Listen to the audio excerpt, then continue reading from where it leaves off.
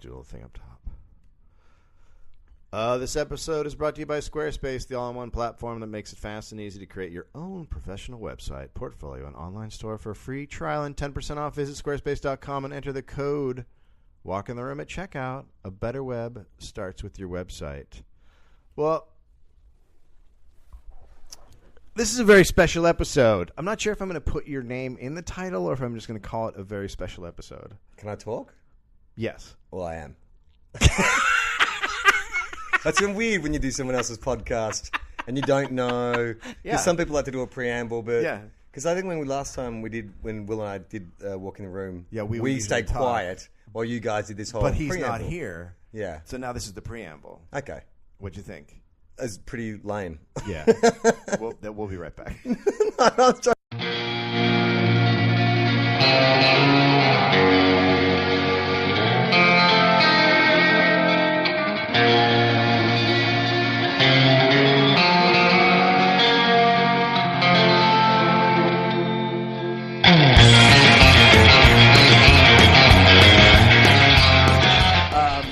My guest is Charlie Clausen, which is weird because do you consider at the beginning of it, were you the sidekick?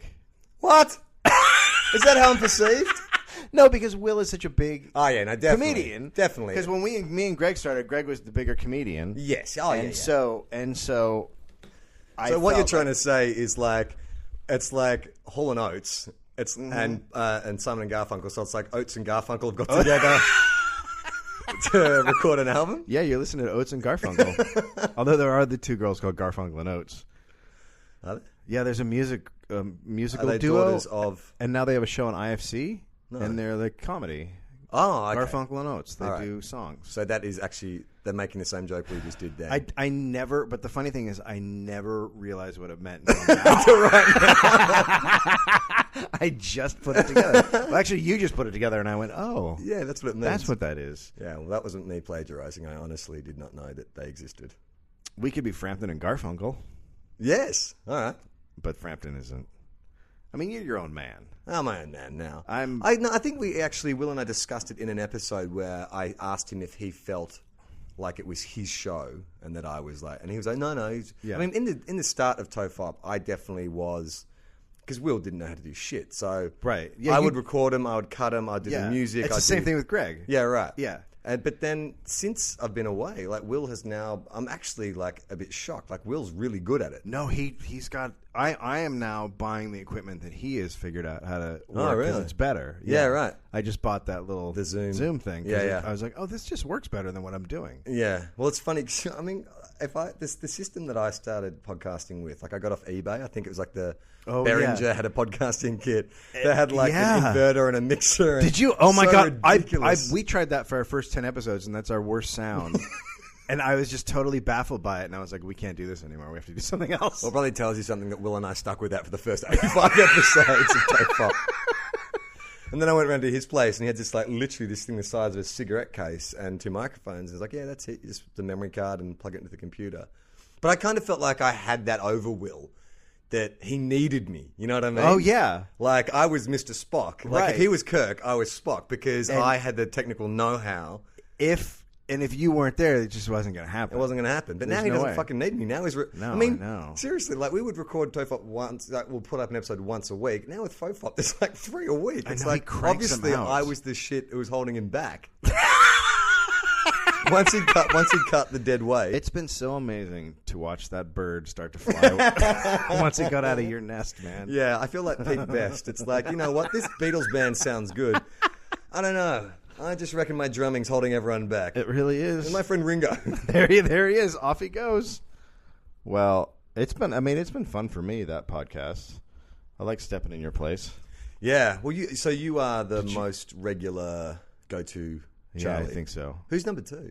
I think it might be Kirshen now. Oh, yeah. Yeah. Yeah. He's the English guy, right? Yeah. He's funny. Do you listen to all the podcasts? No. I listen to. I'll sample bits and pieces. It's just a bit weird. That's what I was going to ask because I think it would be weird. I don't know if I'd listen if Greg started doing it or Gareth started doing it. Well, to be honest, like it doesn't sound like Tofop. Tofop has its own beast because I think that No, when you guys are talking, it's a completely different podcast. yeah, because they're all comedians he gets on, so Yeah. it's a lot more kind of joke heavy, Yes. and funnier, and a lot more talk about the industry and all that kind of Yeah. stuff. With you guys, just talk about Batman Yeah, and football, and Batman. yeah, AFL, Batman. Are you a Doctor Who guy? No, Yeah, no, I tried. I did too. I tried. How but many times did you try? I think. Well, I said to Will, like, if I was going to start, because it's been running for like a zillion years. Yeah. I mean, when I was a kid, I was into Doctor Who. When I was little, I never watched it when I was little. but because there's been this revamp in the last 10 years or something. And so I asked Will whereabouts, and he said we'll just start at the beginning of the revamp, so from 2004. And it just looks so cheap and cheesy. It does. Yeah. I just can't get past it. I can't get past how cheap and cheesy it looks too. I mean, I'm sure it's like really well written and great sci-fi concepts and stuff, but it looks like shit. I watched. I was like, okay, I'm going to give this a shot, and I turned it on, and there was the booth, which Will has tried to explain to me, but I just can't accept. And then there's like this gelatinous blobby guy like walking around it, and I'm like, I don't know what's happening. I can't be a part. And I like all kinds of sci-fi. Yeah. I think it's. I mean, when I was a kid, but that was part of the charm of it when I was a kid was how cheap it was, and that used to be the joke about Doctor Who is the sets would shake and the costumes are really cheap and stuff. But now it's kind of like they're spending a bit more money on it, but not enough money. No, so it's just sort of for as popular as it is, it feels like they're purposefully making it cheesy. shit. Spending a lot of money to make it look that bad. I mean, I Will's tried to explain the concept of it and stuff, but I don't know. I mean, I think it's just it hits a nerve with certain people, and I'm a big nerd and sci-fi guy, but I don't know. It's just something about it I have not cottoned onto. Me neither. You don't like the TARDIS? You don't get that? Do you understand what the concept is? Yeah, he explained it to me on a podcast a couple weeks ago, and I was just like, all right. That's the TARDIS. You're making me retarded. Stop talking. It's just like, I don't know. Yeah, I mean, I know what you're saying, but I'm not feeling it. So should we tell people when we're recording this? Like, where we are? Okay, so when... here's what happened. Charlie came into town yesterday, flew in on a terrible airplane flight. He had to read, which sounds... Yeah, how's this? My television was broken. I mean... And so I had to read a book. Did you... It was terrible. Did you all say who you were and what show you're on and what podcast you're from? Because I think... Well, actually, the waitress... The waitress is... What's the politically correct term? Flight attendant. Flight attendant. I kept saying stewardess, and people are like, no, you can't say that anymore. And I'm like, but why can't you say stewardess? It's not like the N word, but no, but I know. But why did that word change? Why is stewardess a bad word? Is it because it's gender specific? I think, yeah. Because that might be because before the 70s discrimination laws passed, they hired just hot young women, and if you got pregnant, you got fired. Good. Disgusting. And there's one other thing. So then they couldn't do that anymore. So maybe it's associated with that time. Maybe. But there was when Virgin started in Australia, there was a story going around. I don't know if it was legit or not, that the women, because when Virgin started, all the attendants were hot. Like it was you notice it when you went, they're all hot. Yeah. And since then they've kind of seemed to widen the the parameters of who can be it. But there was a story that you had to wear G-strings because they didn't want the visible panty line. Really? Yeah, in the uniform. And then someone sued them for, for G-string discrimination. I was coerced into wearing a G-string. Wow, that's pretty crazy. Yeah. But, so the concept of a G-string, right? Yeah. Like, I mean, I understand. Like, we make women do horrible things for beauty and stuff. But have you ever worn a G-string? Like, because in sports and stuff, you ever wear like a jock strap? Well, a jock strap when I was a kid. And does that go up your bum like a? Not as much. It's not as. it cups your butt. I mean, a little bit, but it's not as thin as the G-string. Because G-string just girls seems say it's really. I know girls who are like, oh, it's really comfortable. I'm like, I don't know how that can be comfortable. It's something. The buttocks are rubbing against the denim. Yeah, it's just something going right up your ass. Yeah, it's going right up your ass. No, it looks completely uncomfortable. It looks horrible to me. Have you noticed too? Like, I don't know when this is going to go up, but this whole obsession with ass. Like, there's that Anaconda Nicki Minaj song, and now J-Lo's done an Iggy Azalea song, which is called Booty. And it's like, when did ass become the thing?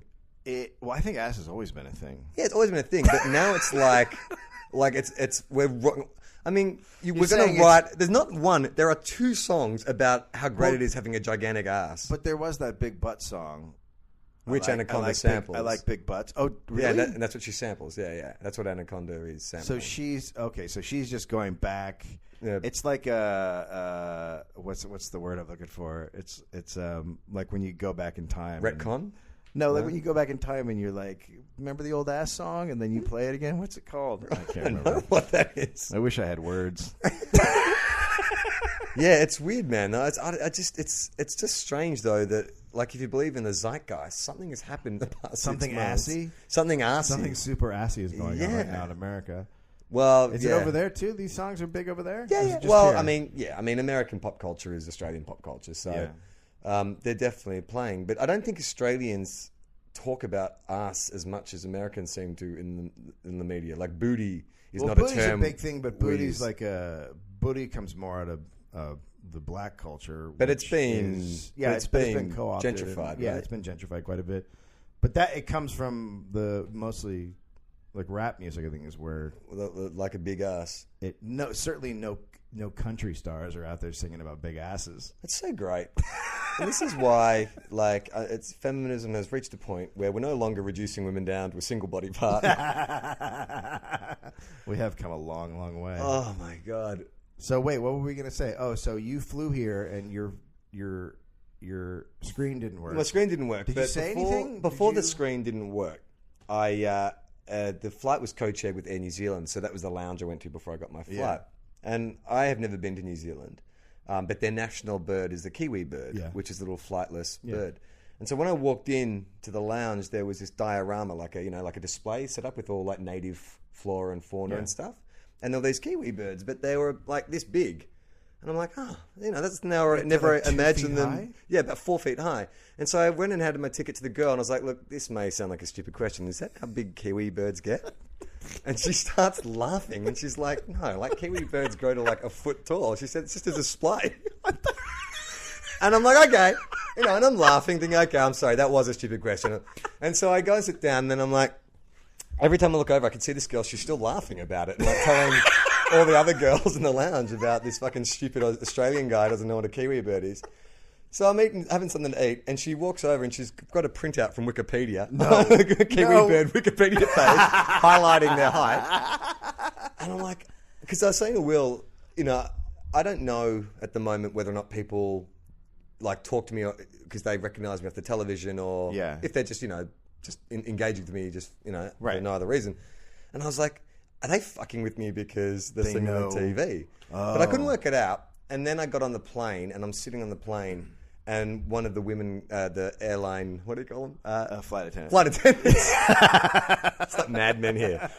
One of the jiggles, I'll call her. She came up and she walked up and said, hey, big fan of the show, and blah, blah. And I said, oh, yeah, cool. And she said, and by the way, kiwi birds are a flightless bird. And I'm like, oh, you know too? It's like everyone knows. I'm like, oh my God. So that was the start of my flight, and then my TV didn't work. So that's horrendous. So I read the whole. But did you say, is there another seat available? Well, did you throw a fit? Well, you're a star. You can. No, I mean I could have moved to another seat, but where I was, I had like seats to myself. Oh, and I wanted to spread out, and so there was a seat, but I have to sit next to an old couple. Yeah. I flew back from London early this year with someone who was like obese, but. Like, I'm talking, they make TV shows about this guy. Like, as soon as I got to my seat, I'm like, oh, God damn it. Yeah. I've never been able to afford to fly business. Like, I always fly coach. I'm not at that point yet. Yeah. And so I knew when I was this guy, and it was bad because he knew. Like, he was aware. Yeah. And so we got into the seat, and as we were buckling in, oh, no. He was so fat that his, like, gut, or the side of his gut, the love handle, I guess, was spilling into my seat. Like, I could feel his flesh pressing against me, right? Oh, that's upsetting. And how long is this flight? Oh, so this is a 12-hour flight. So they're bringing around the food service, and because we're in the exit row with, you get the leg room, the table's not one you pull down from the front. The table's the one you got to pull out around. Oh, yeah. Oh, so he couldn't. So he was refusing. Like he was saying, "No, I'll be okay for dinner." The fucking flight attendant kept insisting, and I'm like, "Do you see why he's saying no? Because he can't get the goddamn table over his stomach." So anyway, she moves on, and his wife is like feeding him like from her plate, like feeding him like and stuff. And he's a lovely guy. Like he was really self-conscious and embarrassed, but like he had like eczema and like. Yeah. So I'm thinking, holy shit. So I'm like, you know what, Charlie? Fucking be the bigger man. Yeah. No pun intended. and just it's a 12 like. So he falls asleep. And he starts snoring but real like. Oh yeah, because if you're that big, every breath sounds like you're dying. And then I don't think that's us. And then his giant arm kept falling into my lap when he fucked us, and so I kept having to lift this giant. It was like a hocker ham too. It was like that big, and so I kept having to like put it back into his lap. And finally, I had to like nudge him and say, "Buddy, you know." And he's like, "Oh!" And so he fucking strapped his arm up with the belt, and strapped it across his chest. No, he didn't, because he's done it before. Yeah, man. It's like the old belt trick. Well, how the fuck are you meant to fly when you're that big? Like, well, I know here in the States, there's been like a lot of talk about those people should have to buy 2 seats. This guy definitely should have. I mean, look, I don't know. Maybe it was a genetic condition or whatever, and I feel sorry for you, but I mean. I've paid a lot of money for my ticket. Yeah. And I'm only getting half my seat. Yeah, because there's a guy... And a ham hock getting dropped into my lap. There's like a gelatinous man essentially taking up half your seat. Oh, the poor guy. I just don't understand how you get that big, though. Yeah, well, it's either a genetic thing or maybe your thyroid's messed up. That happens. Right. Is that what happens? So yeah, a thyroid thing can make you get really just big. Bloat. And also, another thing can make you really big is ice cream. I haven't noticed it in the States. Do you get fat people out here? We're pretty fit here. I don't know if you've noticed. Strapping. We're a terrifyingly large country. Well, you know what I love about watching American TV, which I'd forgotten, is that who's that? Was that Greg or Will? Someone's tipped him off. You watch American TV, and in the same commercial break, that's getting louder. Yeah. It apparently gets more oppressive the more you ignore it. I wonder if someone's looking for me. No, hold on. Are you right? No, it's fine. Okay. I'm getting all I'm getting is a soccer update. My kid has a soccer game. Oh, really? I'm the coach, so I'm not there. Oh, coach is not there. Yeah, so the assistant coaches are taking over. And do you trust the assistant coaches? I do. Yeah. Okay. Although I like to pair my kid up with the other good kid.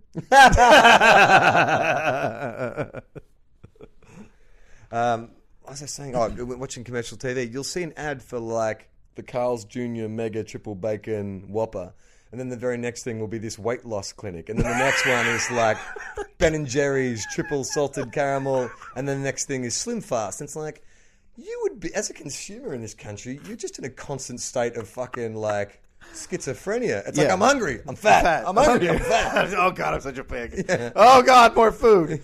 Have you heard about the freezing thing? was telling you, I don't quite get it. It's FDA approved. Okay, from what I saw on the billboard. My wife, hold on one sec. Okay, we were just interrupted by a man coming to the door and bringing me treats. Ironically, we're talking. VIP. Strangely, we were talking about how America's obesity. Okay, go ahead and read it. So he's brought in a plate of delicacies, and it says, "Did you know that Los Angeles has the most donuts per capita than any other city in the world? We love our donuts." And here at the Sofitel Los Angeles, at Beverly Hills, we are no exception. We took our city's favorite treat and added a bit of our French culture, and we're happy to share it with you right now.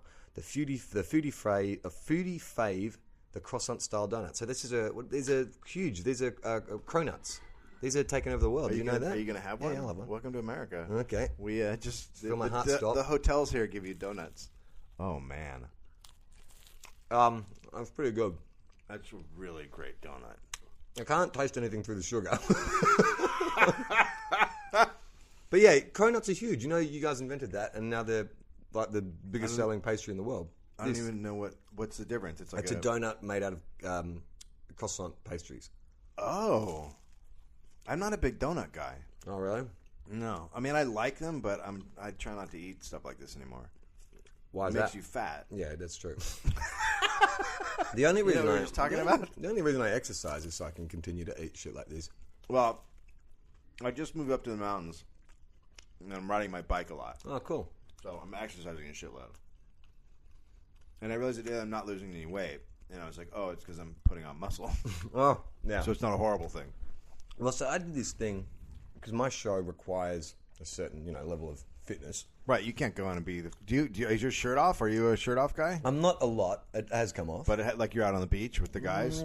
They have me jogging a lot. I'm not a surfer character because it's set in like a surf town. But you'll be jogging and then you run into like Zach or whatever. Yeah, I am. Wait, Zach. Are you Zach? I am yeah. Zach. Now, I'd like to see that episode. Oh my God, well, that's like, a Doctor Who thing. Right? Yeah, exactly. So I started working with a personal trainer last year. And working in, doing a lot of kind of gym sessions and stuff. And so I put on about 4 kilos in muscle. But the thing when you put that on is you have to maintain it. Because because I was doing like 4 gym sessions a week plus a personal training session. Now I'm down to maybe 2 gym sessions a week, bit of cardio. And I'm starting to notice all that mass is starting to it looked good when it was, when I was keeping it all tight. But now I've stopped. It's just like, I've just put more room for my body to get fat into. Yeah, I had...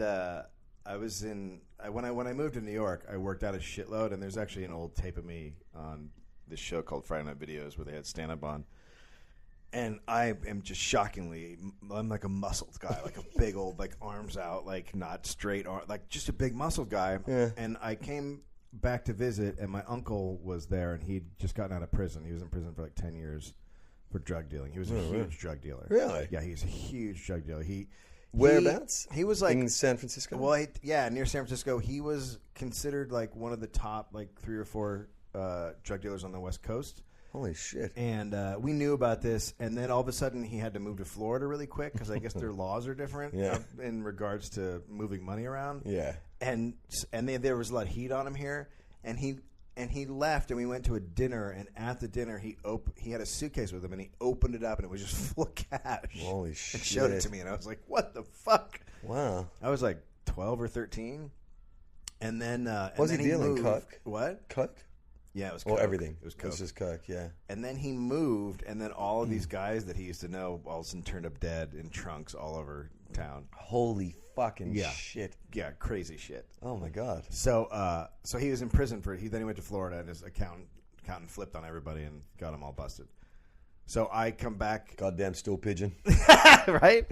I come back to visit, and he's there, and he sees how big I am, and he goes, "Oh man." He goes, "You're all muscly," and I go, "Yeah." He goes, "You know what happens when you stop working out?" And I go, "What?" And he goes, "You're gonna have tits and stuff." Like, and I was like, "What?" And he goes, "Well, it doesn't reverse and go smaller. It just turns into something else." Yeah. Yeah. That's why I'm never I don't put on mass. Like I try and kind of tone up, but even just through the repetition of doing the exercises, the muscles get bigger. Yeah. And it's like I don't want this. No. I know myself. I know that I'm not going to do this forever. Well, if you do less weight and more reps, that keeps you toned and not getting big. But you still get big anyway. Yeah, but it's also that thing too of when you finish a workout, you want to feel pumped. Like I don't want to leave a workout, go, well, I feel toned. You want to feel pumped. You want to get jacked.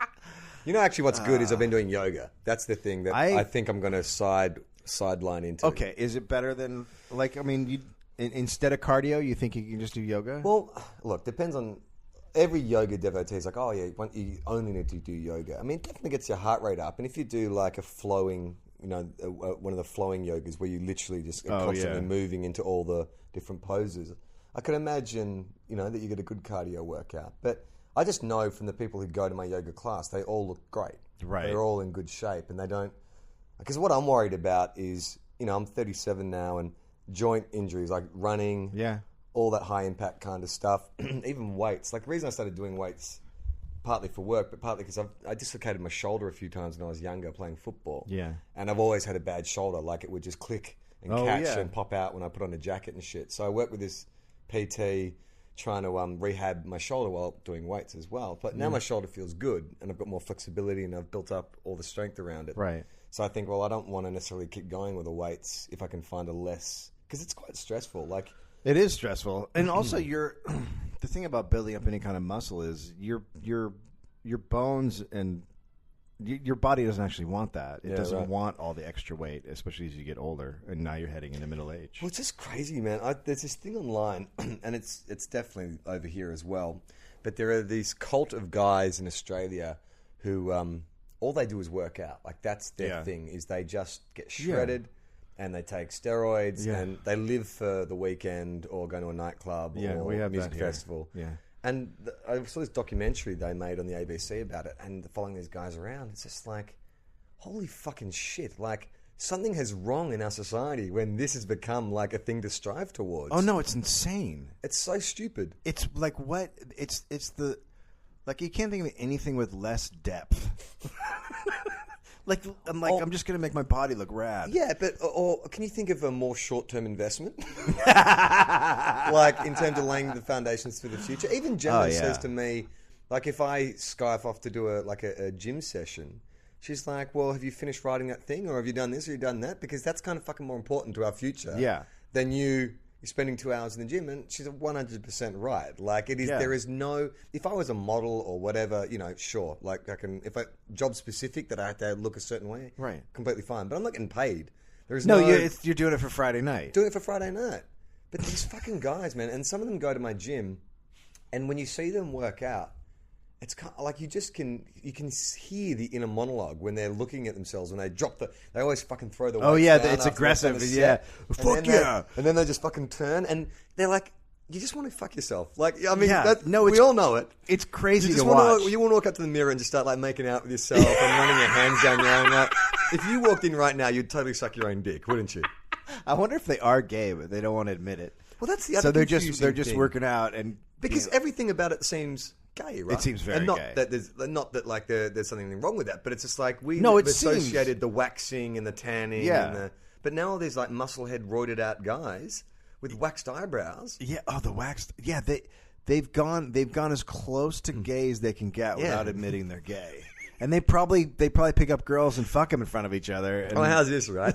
With this cult of guys in Australia that do it. I can't remember what they're called, but I think it's called the Aesthetics Crew. That's what they call themselves. Yeah. And they're all about getting perfection. Like they call themselves the aesthetic. That's really? Yeah. And so they had this thing. They have their own little length. Like they have like this one guy who was like the sort of he's like the leader of the group, or he was the sort of the guy who started it. He died at the age of 24. Had a heart attack.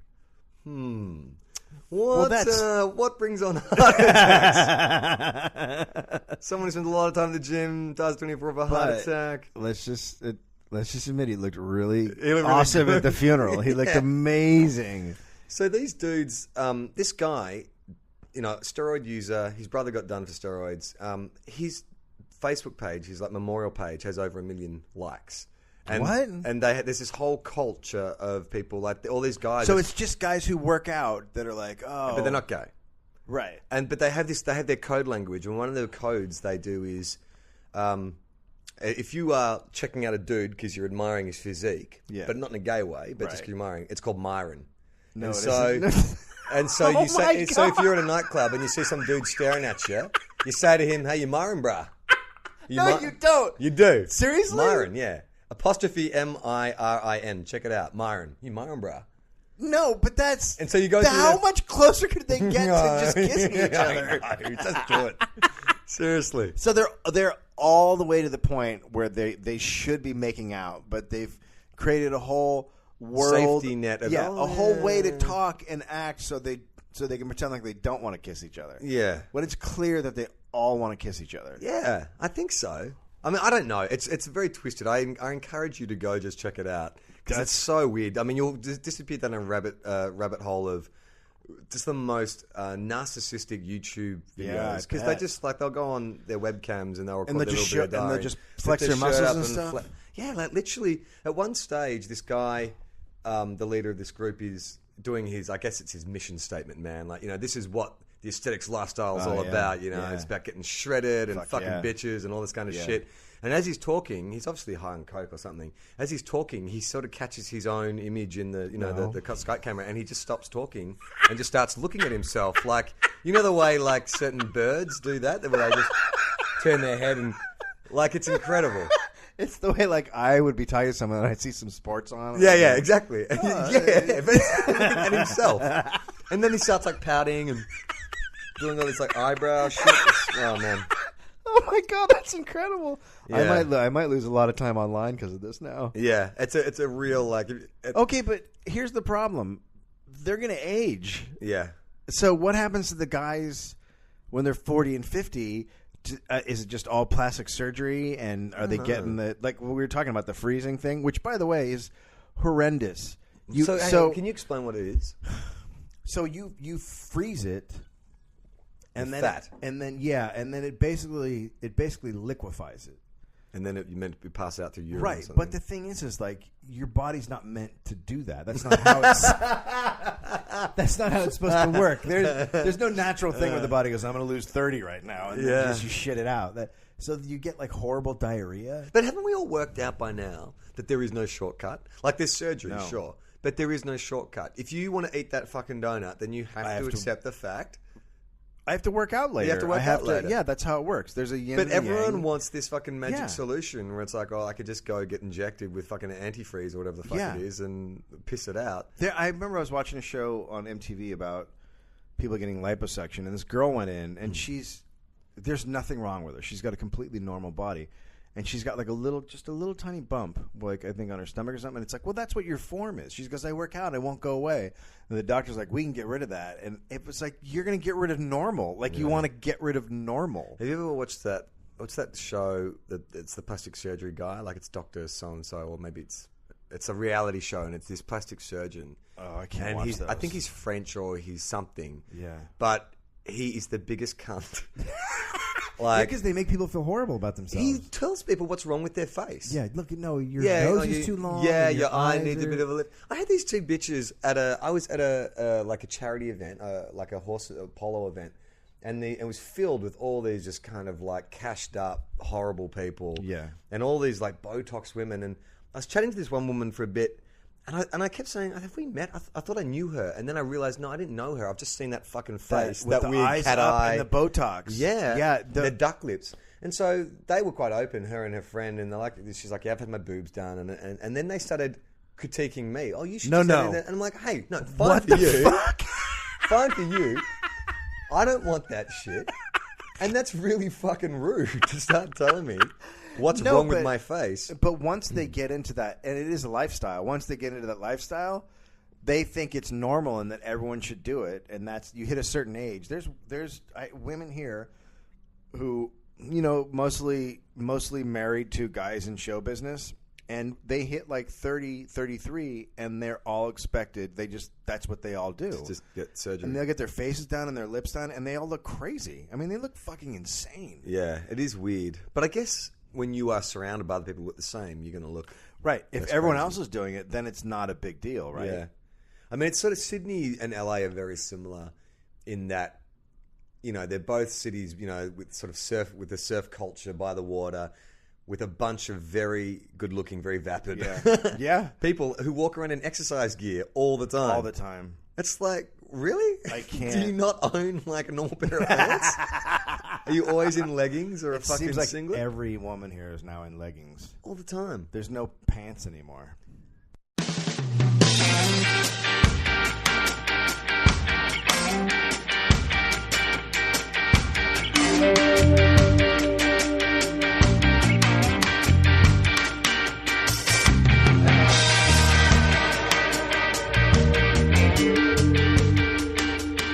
This episode is brought to you by Squarespace, the all-in-one platform that makes it fast and easy to create your own professional website, portfolio, and online store. For a free trial and 10% off, visit squarespace.com and enter the code Walk in the Room at checkout. A better web starts with your website. You guys know I use Squarespace. It's my favorite web designing company. I used to have another old website that I would always forget how to work, and I went into Squarespace. Immediately thought it was awesome. It was simple, easy, looks great. It's like white backgrounds, and you can bring in these beautiful pictures, and it's awesome. And they're good with support, 24/7. Costs $8 a month. You get a free domain name if you sign up for a year. So it's all really great. I recommend it. If if you want to check it out, go to my website, Dave Anthony Comedy, and that's where comedy happens. All of it. How long have you lived here now? I moved here in 2000, so 14 years. Right. Yeah. And are you like, this is it? I mean, would you ever imagine you'd move away again? I don't think I'll move away again, no. I mean, I would love to if I made enough money, maybe talk about that. Successful enough that you didn't have to leave, but I don't know if that's going to happen, you know. Yeah. I mean, What about you? Where's your show shot? Sydney. It is in Sydney. Yeah, it's in Sydney. I mean, I think Gemma and I will eventually come over here, you know. Oh, yeah. Well, yeah. Well, that makes sense. Well, she's about to direct her first feature. Here? Yeah. She's just been scouting locations. That's awesome. In the South, so... the South. Yeah. She a real eye-opening. It's a drama. Yeah. She saw a lot of guns. And not on police. Yeah, it's really fucked up. Oh, man, that whole open carry thing has been just, like, blowing my mind. It's so weird. It's so... Well, even to Americans, it's weird. Like, I get that you can do it, but there's a lot of shit you can do that you shouldn't do because you just look like an asshole. But the guys who are protesting places where they don't have open carry, who as a form of protest are walking into fucking like family restaurants with automatic weapons and wondering why people are fucking freaking out. I know. Like, that's the crazy thing. It's like, do they not understand we cannot tell the difference between you and a bad guy? Like, right. You just look like a crazy guy with a gun. Yeah. That's all. It's like if you... Like, it's legal for me to walk into any place with a ski mask on. Mm. So if I just start walking into places with ski masks on and then being like, well, it's my fucking right. Yeah, but you're an idiot. That's true. It is your right, but we would hope you'd have enough intelligence not to be a fucking idiot. Yeah, there was a guy last week in one of the states, the Kentuckys or the Tennessees, and he put on his AK-47, and then he walked around near a school Oh my God. to make a point, and they're like, dude, you're near a school. He goes, yeah, it's my right. And you're like, it's not, I don't know what point you're trying to prove. Hey, the document was written 200 years ago, so maybe let it go a little bit. That's the thing that when you hear Americans always going on about the Constitution and the Founding Fathers, I'm like, yeah, but there's a lot of things that we thought were like, okay back then that we've let go. We all move on. Like slavery, for instance. Yeah. Like the Bible's the same. Like, no document is so sacred that you can't adapt it and change it for the current environment. Yeah, I think it's going to be real. I think we're going to look back at this period and laugh and just laugh. Like, oh my God, how great was that? As we sit around our burning barrels, washing ourselves out of. I think we'll look back at this period almost as similar as slavery, as like a dark, horrible time where everyone was just shooting each other and people were like, "Yeah, that's how you do it." Well, do you think it's? I mean, the crazy thing with I don't know which shooting it was, but there was. It's hard. Maybe it was the Sandy Hook one, where the NRA's response was, "Well, if the teachers had been armed, that was Sandy Hook." And it's like, yeah, right. Are you familiar with the concept of escalation, or are you familiar with teachers? Yeah, like there's teachers who fuck the kids. There's teachers who abuse the kids. There's teachers who do all kinds of shit. So if you want to give them all guns, that means there will be teachers that will shoot up a school. Yeah, fuck. That's just going to happen. Yeah. They're not all saints. They're just like anybody else. I mean, I guess what do you do though? There are so many guns in this country. Like you can't just you can't just ban them all. You guys did what you do. You get rid of but we didn't have nearly. I mean, you have wasn't it like 2 guns per household? Or no, it's not actually. The number of guns being purchased is going up. Yeah. The number of households owning guns is going down. So what does that mean? It means those guys you see are buying more. They're stockpiling tons of guns. Oh, good. Because when you hear about people stockpiling weapons, it's normally for a good cause, right? Well, they're all getting ready for the end. They're ready. They're getting ready. They think the end Obama times are is coming. the Antichrist, right? Well, he's black. Yeah. And he's a president. Yeah. So clearly, and a Muslim. Something has gone wrong. Not even born here. Yeah. So they're all worried about that. They think he's going to. Well, you guys have militia in this country, don't you? Yeah, we have a lot of militias. I mean, there's a serious problem right now. You know, the crazy thing is, watching from afar, is especially with Obamacare, is like coming from a country that has healthcare, free healthcare. Like, it is just like astounding that anyone would argue against it. You know what I mean? It's really... I understand the idea of allowing people to have choice, but you can still get private health insurance, right? Like, you are not bound to a certain level of healthcare. If you want to bump it up or make sure you get premium service... It is through private healthcare here. His healthcare is getting it through private healthcare for the most part. I mean, there's some Medicare, which is the state run, but for the most part, all that plan was you get private healthcare, and then the government will pay you back. Right. They'll subsidize it for you. Right. So what's the... They're all saying it's going to make us go broke, but it's actually saving us money because it's ending up costing less because people have insurance instead of not having insurance. Yeah. Which then it's a huge cost. Well, Australia, because we've got a Conservative government that's been in almost a year now, and that's going great, by the way. That's also something we're watching from afar and enjoying. We've got our own George Bush now. It's amazing. He is a gaff machine. It's incredible. I remember when George W. Bush was in, I was kind of actually a bit sad when he went out of office because it was so entertaining. All the comedians and satirists just had so much material. You can literally go on YouTube now and type in George W. Bush greatest misquotes or whatever, and there's 15 minutes worth of remarkable. Yeah, we don't. I mean, but he was also ruining the world at the same time. Well, at least he's an artist now, right? Yeah, he paints dogs and stuff. And his feet. Oh, that's right, his feet. God, he's such a moron. Well, anybody who's like, "What'd you paint today?" I painted my feet. Okay.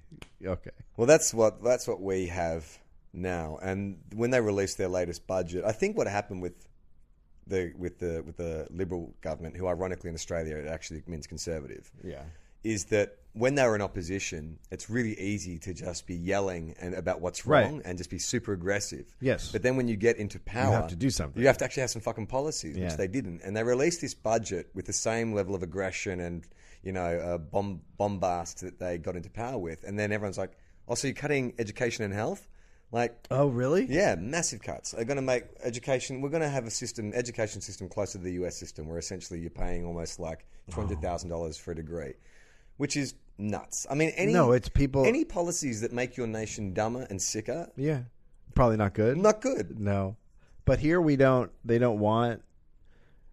the goal has always been for that side to get rid of the middle class and have... Just really rich and really poor. Yeah, upstairs, downstairs. That would be the ideal sort of landscape. Well, I mean, it's kind of slavery in a sense. It is slavery. Well, that's the weird thing about the schools is that the amount of debt that college students go into now, and they get out and they are slaves to the system because you can't declare bankruptcy on a school loan. It's not legal here, so you can't get out of school and say I can't pay this off. You just have to pay. Did you go to university? Yeah, but when I went to university, it was super cheap, like crazy, because California has... That wasn't a university, Dave. It's a strip club. Wait, what? The university isn't you go and watch... Girls take their clothes off? Yeah. I got a degree in boobonomics.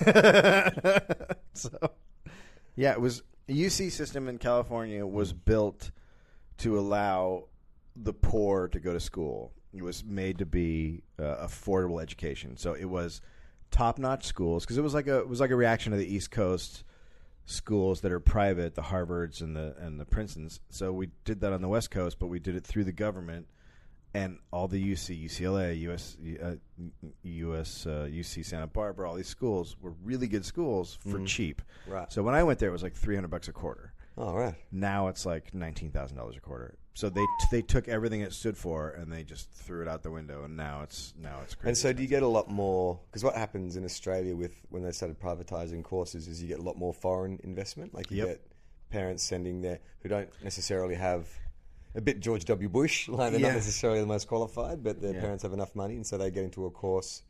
The Asian population in UC schools is now like over 50%. Right. So it's a combination of money and then them just pushing their kids to study harder. Yeah, them actually working hard. Yeah, they work. They actually try. God damn it! Come to our country, work harder than us, study harder than us, take our jobs. But then they have to start accepting more rich kids to pay the bill. It's a total disaster. America is such a disaster right now that it's mind-boggling how we're going to get out of it. War. Well, but then who are we going to have? Who are we going to go to war with? Iraq. That worked well last time, didn't it? I think that just costs more money. Look, this is the third time, and I don't see how it can't work out. Well, You guys are sending guys in, right? yeah, you guys always send. we got you back. When's the last time you guys started a war on your own? Went out and had a nice war. We don't. It's too far. Like, we'll do it on your dime, but we're not going to go to Iraq, and we've got to get subsidised a little bit. It's too. I mean, we could invade New Zealand, I guess. Yeah, or Tasmania, but they're sort of still part of. No one wants to go to Tasmania. was part of Australia. Yeah, they are, but I mean, they're off. They're an island off the south coast. So you think you can invade, even though they're part of Australia, you can invade them? It'll be easy. Well, the Australian troops will start landing, and everybody will be like, "No, you guys are." Well, Indonesia, which is just above us, they're has 200 million people and mostly Islamic, and they have some radical elements, like the Bali bombing that happened. Oh yeah, that was them. That was radical Muslims from Indonesia. So that, I think, is. I mean, not that there has been any kind of overtures of any kind of aggression or tension between the two countries, well, apart from, but they were radicals, right? But I think that is why Australia kind of is like, it was England's kind of outpost, but now it's America's outpost. You need a region in Asia, because that's where Australia is situated, in the Asia Pacific region, where you can put nuclear weapons. Oh, right. We've got Pine Gap there, which is like an American military base. And, Oh, really? And we've got lots of satellite monitoring. Yeah. So there is kind of a strategic alliance. Yeah. But I'm not exactly sure what is going to be achieved with this. I agree something needs to be done. But, well, it's a really fucked up situation. But what are you going to do? Because it's sort of, you created this situation exactly the same way. Right. It's actually worse now because it's getting worse each time. And this is exactly, when I was originally against the war, this is exactly what the experts said would happen. Oh, is it? Yeah, this is exactly what they said would happen. Cut off the head of the snake, and then it's going to be destabilized, and it's going to be worse, and something worse will come. And then when we get rid of these guys, now the experts are saying, well, then something worse will happen. It's like, well, I'm kind of having a hard time imagining I just what's figure worse. if I keep digging this hole, eventually I'll get back up to land. Yeah, it's a no-win. So what's the vibe here like? I mean, are people like tired? As usual, people are for bombing. We love bombing. We will bomb anywhere. Bombs. If they're just like, hey, do you guys want to bomb England? What'd they do? They looked at us weird. Okay, let's do it. Do we have to get off that couch? But nobody has to go there, right? No, we don't have to put any soldiers on the ground. No, we're just going to bomb them. Well, let's send a couple of drones. Okay, let's bomb them. So awesome. we're all about bombing. So bombing, yes, but they don't want. They don't want to see body bags on the news. Yeah, but to me, that's such fucking pussy. Like, if you want to fight someone, then if you really believe in it, then send your fucking soldiers, or else you don't believe in it. Yeah, that's how I feel about it. Like, that whole drone strike thing is kind of crazy. Like, hasn't Obama authorized more drone strikes? Far more than Bush. Yeah, man, that's it's bad news. It is bad news, but I mean I don't know. I think World War II was the last war that I think was proven to be like financially for like an entire country. I think the last couple of ventures into Iraq were very financially successful for a couple of key groups. Yes, for the weapons industry, and and the guys who feed the troops and rebuilt and all that shit. They made a ton of money, but no one else made any money. Halliburton, yeah. Halliburton made a ton of money, and then moved their headquarters to Dubai, so they don't have to pay American taxes anymore. Good God. That's just so like, I mean, I guess you get to a level of kind of wealth and influence where it's like Rupert Murdoch. Rupert Murdoch just doesn't give a fuck. No. When the last Australian election was underway, when it was announced, the front cover of the Daily Telegraph, which is the biggest tabloid paper in the country, was literally a picture of our Prime Minister at the time, Julia Gillard, with the headline, "Kick this mob out." Oh my God. That's a newspaper. That's going to be like an objective analysis of the upcoming election. Kick this mob out. And he doesn't give a... Look, Rupert Murdoch does not give a fuck. Like, no. They interviewed him recently about climate change. And he's like, it's a load of bunk. And it's like... How can... It's obviously such a fucking lie. How can he be that wealthy? He's got to know it's real. Oh, he does. I don't know what his end game is. He's got money in Shell and... So he does. So Yeah. he's just keeping his money afloat. yeah, but he yeah, doesn't fucking need any more money. I mean, Jesus Christ, how much do you need? I think his heart shriveled up a long time ago, and it's just like a lump of coal. It's really going to be great when he dies. I don't think he will. It's just We just get a notice that He's he's like- turned into a pure form of energy. He's not just floating about. He's like Mr. Burns from The Simpsons. Like he's just going to be like 140 years old. And the thing about him though is it's like he is so powerful. I mean that News of the World thing, you know, that whole phone tapping scandal. Yeah.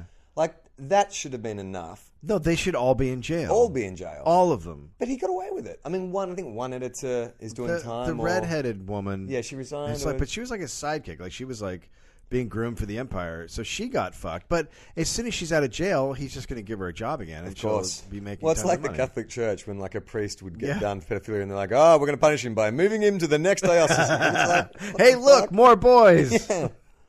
Yeah, I don't know, but it's just too much.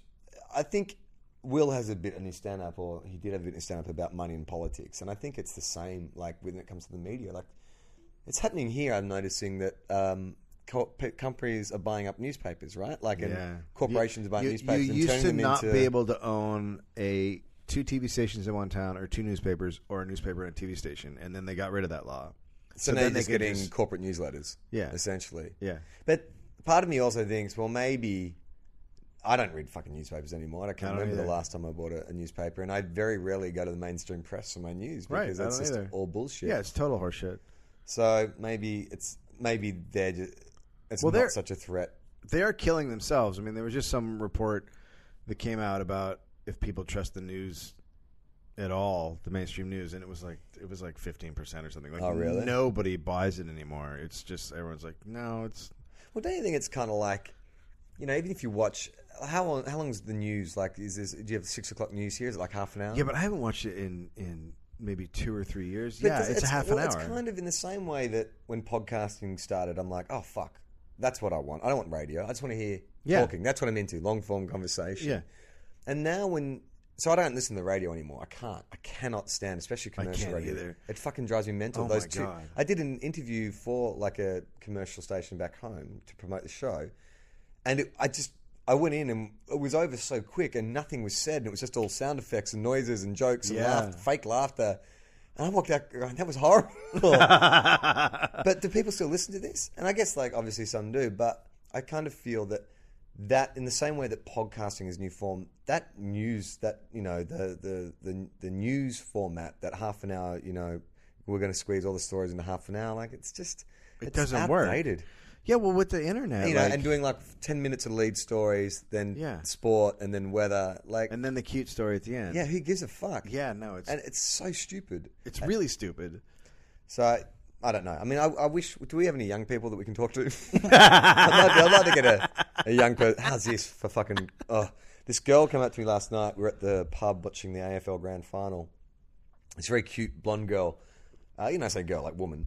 Comes and sits next to me, and she's like, Charlie. I'm like, yeah. And she's like, oh, we've met before. I'm like, oh, when? She's like, years ago on Blue Heelers, which was a cop show. Oh, yeah, years no, I ago. remember Blue Heelers. And I said, how old were you then? She's like, I was 12. I'm Oh, like, my God. Oh God! I never conceived of a time where I would be a veteran of the industry. This girl, her first ever job was with me, and I'm still floating around. I'm in LA. Like, I mean, how sad and pathetic am I? So weird. It's really weird. It was horrible. She'd really grown up.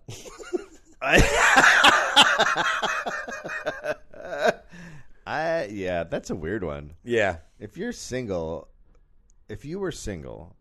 could you sleep with that person?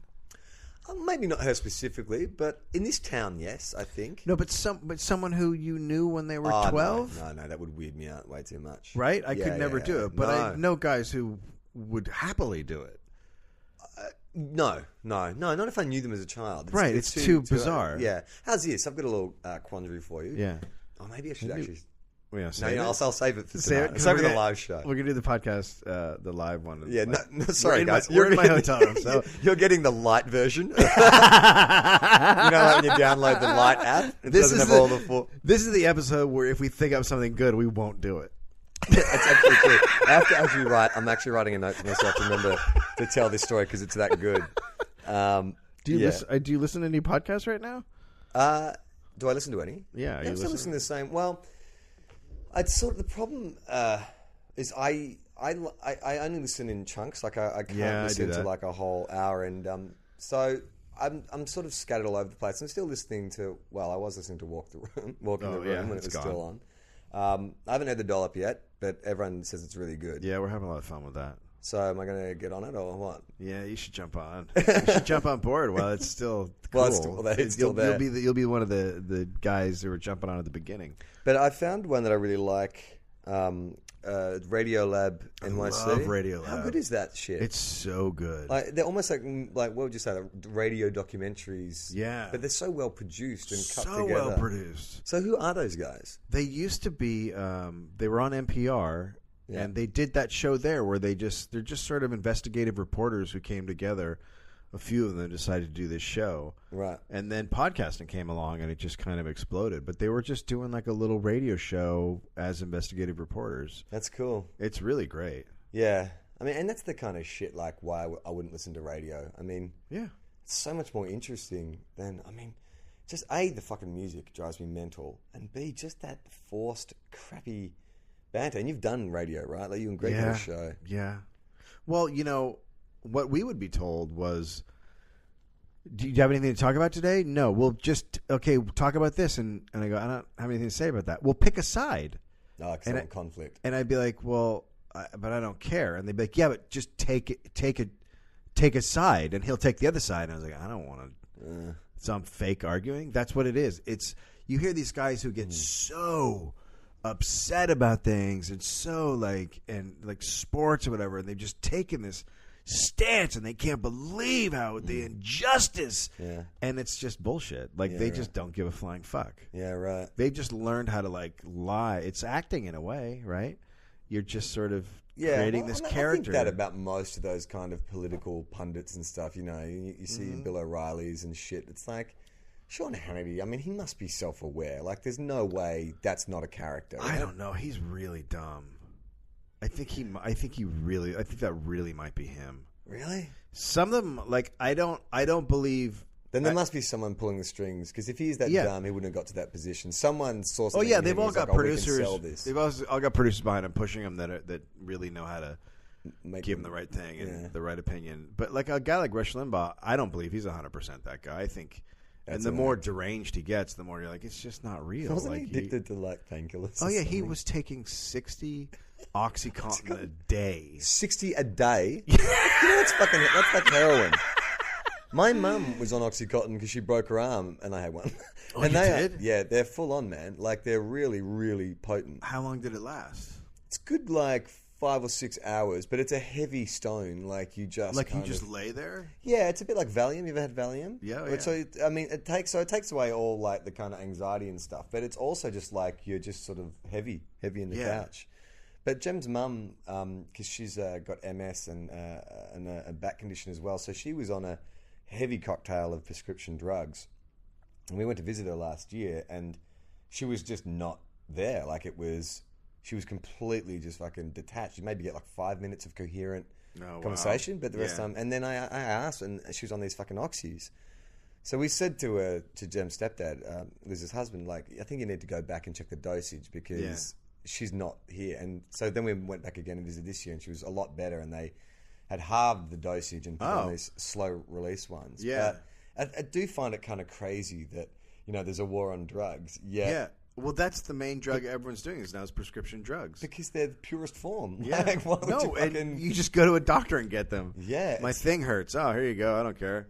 There's a new one coming out that's like, it's something crazy. It's like 10 times as powerful as OxyContin, and all of the, I don't know who the other doctors and people are saying, we get that it's going to help with pain more, but you literally can't release this into society. Because it will just fuck people. Because it's going to fuck everything up.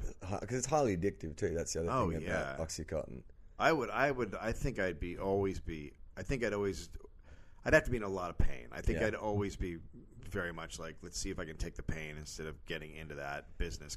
And then it's like Rush Limbaugh was doing. Like, you take 2, and then you need 4, and then you need 6, and all of a sudden you're doing 60 a day, and you're trying to get your house cleaner to buy them for you. And and then he lost his hearing and stuff. Really? Yeah, apparently if you take that many, it fucks up your hearing, so he lost his hearing. It's amazing, though, that, like, probably the amount of times he's railed against, like, some, drug addict celebrity or whatever. Always. Always. Anybody gets busted, and you're like, he also got busted going to, well, first of all, he apparently got busted, I'm going to say allegedly, when he was using a different name, when he was early on in radio, he got busted having sex with a guy in a bathroom in Pittsburgh. Really? So he's living this life of he's the classic conservative who hates himself.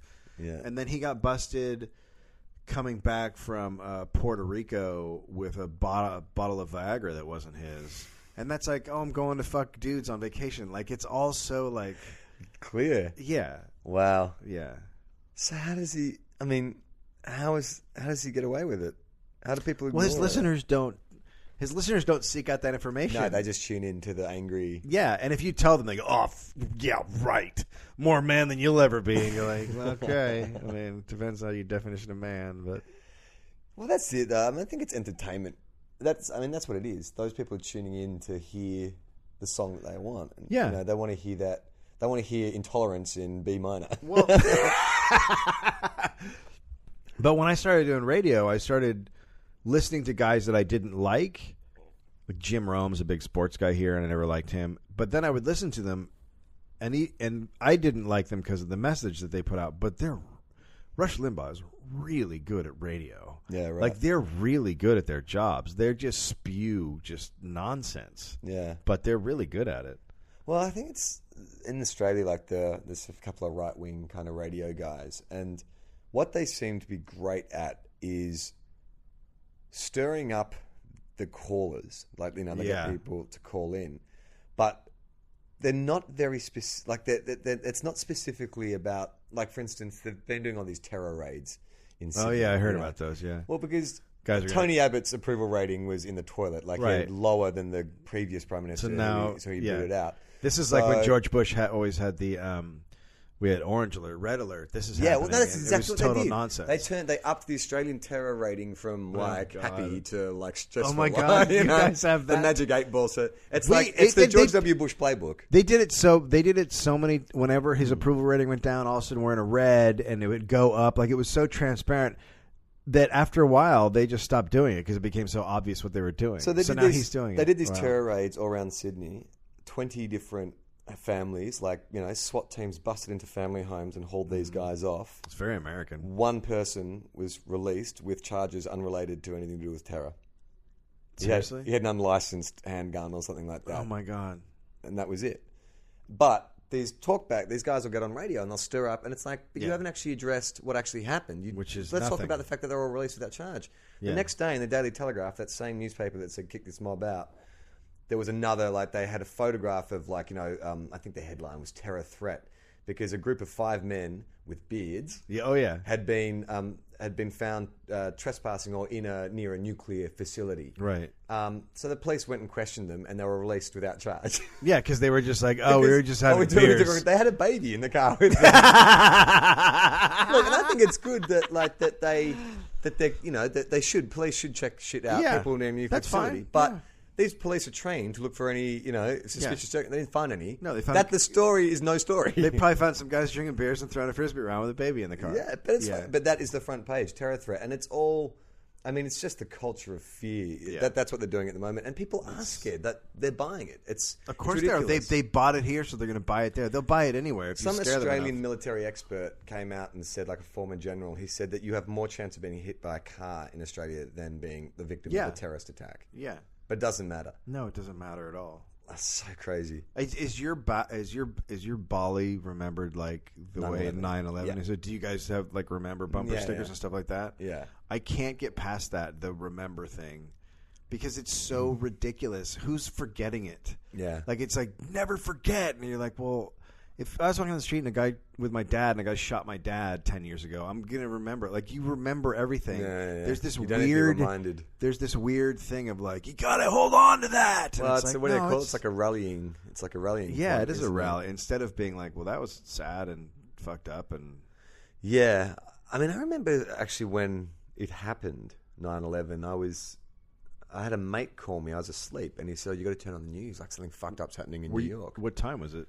I think it would have been like 9 or 10 o'clock at night in Australia when it happened. And I saw I think there's a second plane like just after it went in, and it was like even in Australia miles away, but it was really impacted emotionally. Oh, totally. Like even so, I can only imagine what the kind of repercussions were like here, and that even 10 years later, 13 years later, that people are still kind of like, using that as it's like a real emotional kind of... Yeah, they're using it. And because I was driving here today and a guy had a big never forget bumper sticker on. I was like, what? Number one, I can't consciously do that. But also, we're not going to fucking forget it. Like, it was the most horrible thing we ever went through. Yeah. Who's going to fucking forget it? Well, I got it. Yeah. There's this weird, instead of... the true message should be like... The bumper sticker should be... How the fuck did this happen? That was sad. What do you want to do? Yeah. How do you want to fix this? Yeah, but what do you do? I mean, it's kind of similar. Well, not what we're doing now. Not going back in. The ISIS thing. Like, I mean, okay, I agree. I remember an American friend of mine after 9/11. I called him just to see how he was. Yeah. And I remember him saying, "All I know is some country's going to get its ass kicked." Yeah, that's exactly. We all knew that. We were all like, "Man, who's going to get bombed?" Yeah. Yeah. The wrong country, as it turns out. Well, isn't it weird that we fake bombed a country where there weren't terrorists, and now have created terrorists that we now have to really bomb? Yeah, that's crazy. Who would have thought? The Taliban. Have you ever watched Rambo 3 recently? Oh no! So Rambo 3 is set in Afghanistan. Yeah, and it's Rambo working with the Taliban. Is it really? Yeah, to take down the Russians. And so it's like Sylvester Stallone and all these heroic Taliban fighters like sneaking into this Russian military base to take out the Russians. It's like, do you think Sly ever goes, whoops? We wrote that. We wrote that one a little fast. The benefit of hindsight, hey? He's making another one, Really? Yeah. That's, good on him. He's doing what he does. He did a movie. He looks strange, right? Well, he did a movie called, I think it was called Bullet in the Head. Right. And he's like a New Orleans ex-cop or something, or he's in New Orleans. And is he doing a New Orleans accent? No, he doesn't do an accent. No, he just does Sly's accent. But he's so on steroids now. And he's what? He's like past 70. Like it's crazy. Yeah, he's made more steroid than men. It's really insane to watch. And he like is fighting in it, and you're like, you can't fight anybody, even though you have muscles. You're a 70-year-old man. But then there's like an end shot where it's supposed to be the dramatic end where he like walks out of this warehouse, but he can't walk in a straight line. Oh, because he's so fucked up. Because he's so fucked up on steroids that his muscles are all, and so he's like just kind of walking like a sideways crazy. Yeah. Like it's really hard to watch. That's the thing I don't understand what they didn't address. Like, they did the Rocky, he did his like comeback Rocky film a few years ago. Yeah. Like it was a little swan song. And the fact that no character in the film addressed the fact that his face looked completely different. Yeah. Like, I mean, I thought there was a legitimate reason to say, because lots of fighters would have corrective surgery once they retired. Like, of course. They should have addressed it in the film. Yeah. Hey, Rocky, how come your eyebrows are halfway to your fucking forehead? That's the one I'm worried about, because old people get that because their eyelids go down over their eyes and they can't help it, so they have to get the thing. Right. So a lot of people just get that because brow lift. Because they're like it's like closing, like their forehead's like closing their eyes, like dough, like warm dough, rolling in on itself. Would you get anything done? No. What if your warm dough was closing in on your eyeballs?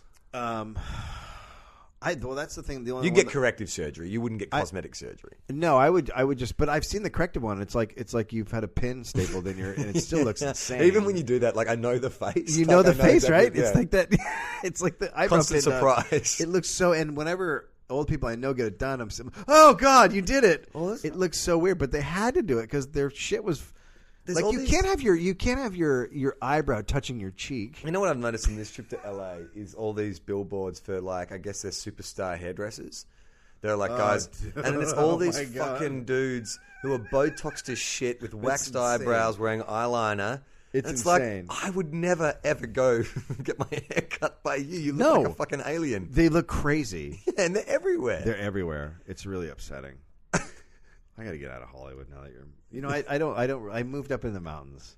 I got away. So when you say the mountains, you're in Hollywood Hills? Yeah, no. I moved outside of town. So Okay. you know where Glendale is? Yes. Okay, so Glendale is like northeast of Los Angeles, so it's like a separate little city, but it's in Los Angeles County. And then above that, there's mountains, and on the mountains there's like a little city, a few little cities. One is really rich. There's a really rich one called La Cañada, and I live next to that. In this little city that's just like a suburb. Yeah, and, right. It's great. I go out and just hop on my bike and ride up in the hills now, and I love it. It's like I'm not in LA anymore. Yeah. I mean, I think I don't know where I'd live if I moved here. I like.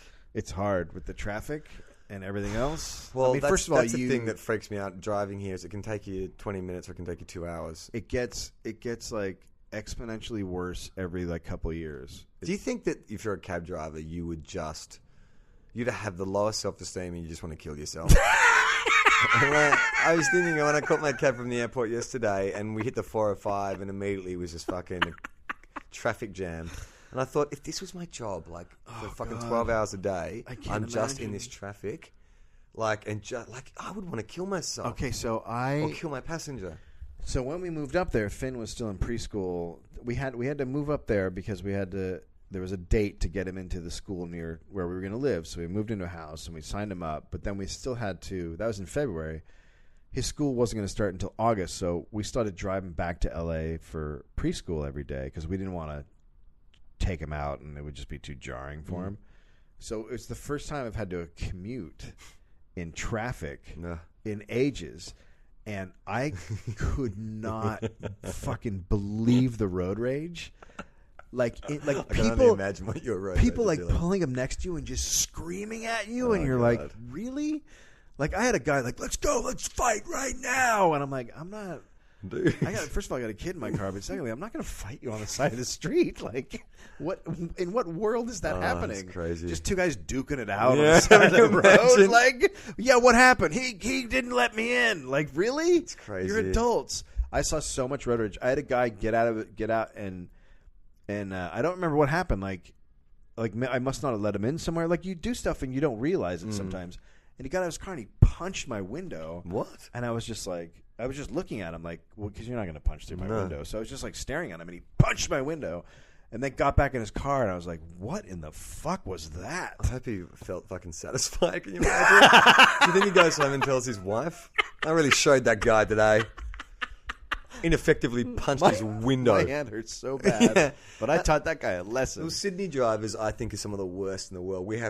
Our traffic's nowhere near this bad, but it's still, it's a poorly designed city. No public transport. And I went to my local shopping centre, and it's got an underground car park. It's a single-level underground car park. And as soon as I drove into the entrance, single-lane entrance, I knew, oh, fuck, there's obviously something wrong because all the cars were backed up. Yeah. So, but once you're in those single-lane, you've just got to fucking ride it out. Right. You can't reverse out. You can't drive out. You just got to say. People started honking. Like, we were all in the same boat, right? We're all in this fucking queue. They're honking each other. No. Like it's going to do something. That drives me fucking And then, insane. so we're inching in. And so basically I think what had happened is there was a problem at the toll gate. So one of the lanes was low. So we're just inching our way through. So inching in. And this guy behind me, this fucking guy in his Range Rover is so irate that, you know, you get those dudes in the car parks who wash the cars. There's a car washer guys. Oh, yeah. So this dude behind me gets out and storms up to the car wash guys. And like, what the fuck's going on? Why can't, what's going on? Mate, they don't work here. They wash cars. They don't. They're not. He had to yell at someone. So he yells at the worst guys to yell students, at. The guys who are like, I'm just trying to make some money. Washing cars, getting paid fucking like $12 an hour. It's insane. Oh god, It's insane. I see so much bad. Like I saw a guy honking an old man at a zebra crossing on a Zimmer frame. Someone honked him to hurry up, and I'm just like, no.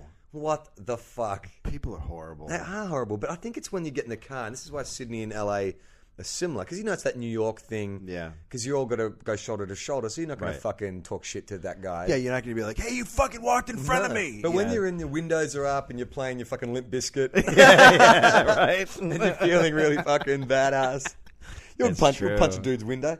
That's yeah. Can't they just implant a fucking public transport system here, like a good one? They can't. It's so Too hard now. I mean, they're putting in the subways and they're putting. Oh, they are?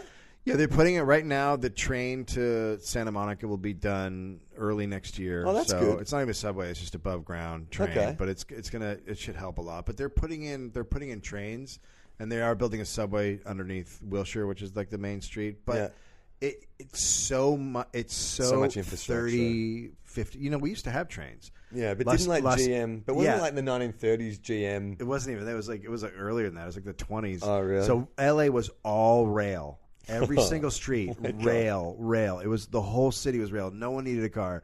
We've got an idea for you. We want to turn it to the driving. That's what they did. They Automobiles all the way.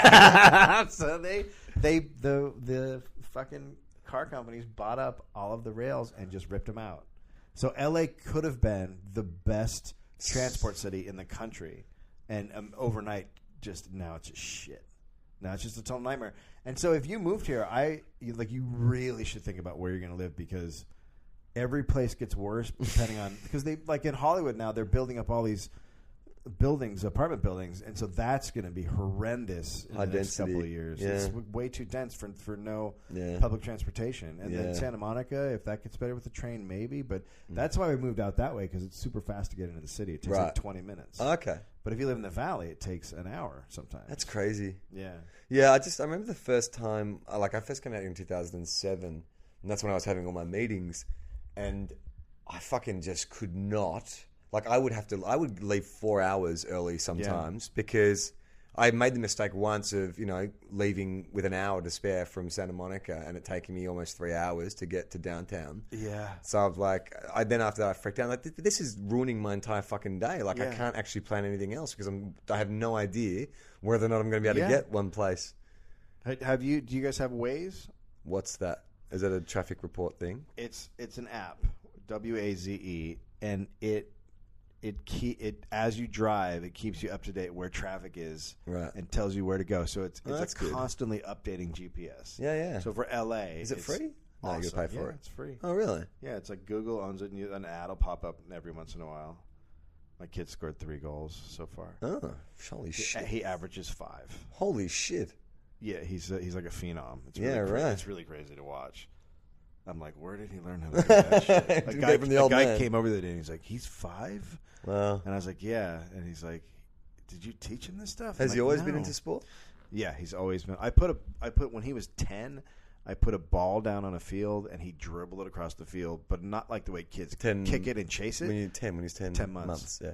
And not like when you kick it and chase it. He like dribbled it the way like He Messi controlled does. it. And I was like, what the fuck was that? I still have the video. It's crazy to watch. Yeah, right. Because it looks like he shouldn't even be walking. And he's Let like alone. this thing dribbling across the field.